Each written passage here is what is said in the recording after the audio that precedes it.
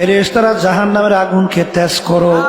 1000 বছর তেজ করতে করতে আগুন হাত্তা মাররত, আগুন একেবারে লাল টকটক হয়ে গেল। আমার মালিক বলেন এই আগুনে হবে না, আগুন আরো তেজ করো। আবার 1000 বছর পর্যন্ত আগুন তেজ করতে করতে আগুন একেবারে সাদা দবদবে হয়ে গেল। আমার মালিক বলে আগুনে হবে না,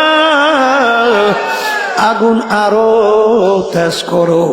1000 বছর আগুন তেজ করতে করতে হাত্তা সওয়াদাত, আগুন এখন অন্ধকার কালো অমাবস্যা রাত্রে কালো হয়ে গেল। ওই আগুন এখন জাহান্নামের কালো অবস্থায়, ওই আগুন এমন তেজের আগুন হবে। আমার মালিক বলেন নারুল্লাহি